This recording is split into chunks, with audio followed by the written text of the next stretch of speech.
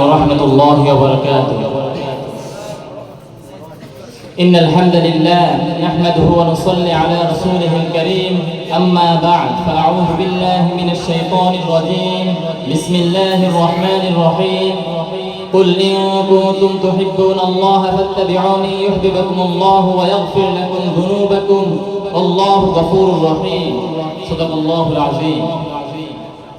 আশরাফুল উলুম মাদ্রাসা কর্তৃক আয়োজিত আজকের প্রতিযোগিতামূলক বার্ষিক হাফলার সম্মানিত সভাপতি, বিজ্ঞ বিচারক মণ্ডলী, শ্রদ্ধেয় পিতৃতুল্য ওস্তাদ মহোদয়, সামনে উপবিষ্ট প্রিয় নবীর উত্তরসূরি প্রিয় তালেবে ইলম ভাইয়েরা, হৃদয়ের গহীন থেকে সকলকে জানাই আন্তরিক মোবারকবাদ ও শুভেচ্ছা।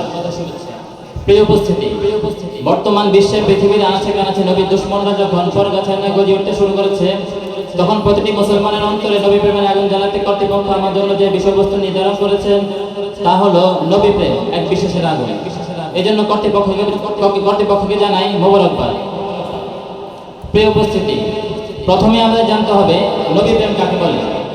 এ সম্পর্কে আল্লাহ তাআলা সূরা আহজাবের 6 নং আয়াতে বলেন, আন-নাবিয়্যু আওলা বিল মুমিনিনা মিন আনফুসিহিম ইলা আয়াতিল আখির।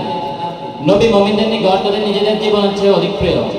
রাসূল সাল্লাল্লাহু আলাইহি ওয়াসাল্লাম বলেন, বুখারী শরীফের হাদিস, লা ইউমিনু আহাদুকুম হাত্তা আহাব্বা মিন ওয়ালিদিহি ওয়া ওয়ালাদিহি ওয়ান নাসি আজমাইন।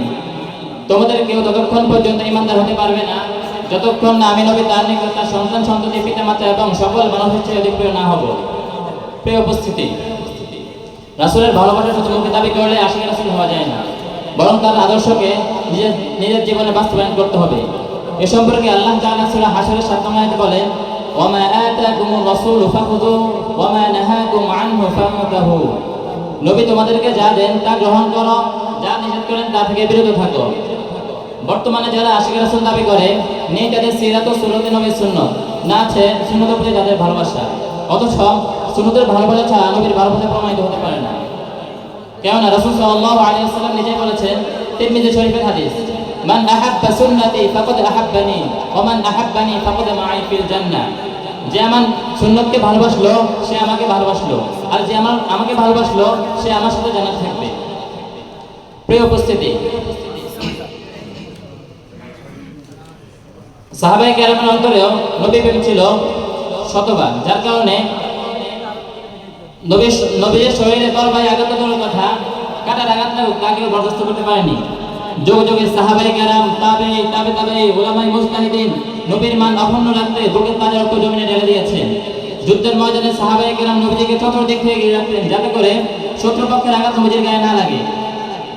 মুহতারাম হাজিরিন, আজ 1400 বছর পরে কোনো ইহুদি খ্রিস্টানের দ্বারা যদি নবীজির সম্মানে কলঙ্কের দাগ লেপন করতে চায়, তার গর্দান উড়িয়ে দেওয়া প্রতিটি মুসলমানের ইমানি দায়িত্ব। কেননা নবী করিম সাল্লাল্লাহু আলাইহি ওয়াসাল্লাম নিজেই বলেছেন, মান সাব্বা নাবিয়ান ফাকতুলুহু। যে নবীর গালি যায় তোমরা তাকে হত্যা করো। সুতরাং আমরা ভুলে যেতে পারি না, নবীজির সম্মানে আঘাত করে মুসাইলামাতুল কাযযাব যখন নবুয়ত দাবি করে বসে, তখন সঙ্গে সঙ্গে জ্বলে ওঠে ভালোবাসার আগুন। যুদ্ধ হয়, রক্ত হয়, 17,000 বেঈমান মারা যায়, 1,000-এর বেশি মুসলমানদের মধ্যে শহীদ হয়।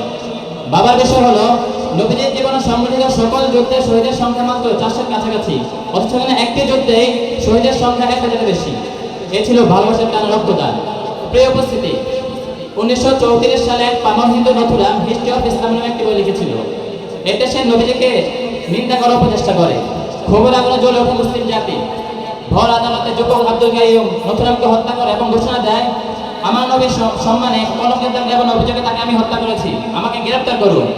প্রিয় উপস্থিতি, এক কথায় নবীজির সম্মানে আঁচল কাটবে আর আমরা নিরুপোষ থাকবো, এমন বড় ভালোবাসা আমরা শিখিনি। আমরা শুধু বলতে চাই, নবীজির ভালোবাসা আমাদের প্রাণের প্রাণ। এই প্রাণের শত্রু কাবিব না আশরাফ হোক কিংবা আবু জাহাল, মুসাইলামাতুল কাযযাব হোক কিংবা নথুরাম, হোক সে সালমান রুশদি কিংবা লতিফ সিদ্দিকী, সব পাপী আমাদের কাছে সমান। আমাদের বিশ্বাসের আগুন জিহাদের ফলাফল তাদের বুক দৃঢ় করবে ইনশাআল্লাহ। আল্লাহ তাআলা আমাদেরকে নববী আদর্শে জীবন গ্রহণ করার তৌফিক দান করুন এবং নবীজির সম্মানে, নবীজির চরিত্রে যারা কালিমা লেপন করতে চায় তাদেরকে উচিত শিক্ষা দেওয়ার তৌফিক দান করুন। আমিন। ওয়া আখিরু দাওয়ানা আলহামদুলিল্লাহি রাব্বিল আলামিন। আসসালামু আলাইকুম ওয়া রাহমাতুল্লাহি ওয়া বারাকাতুহু।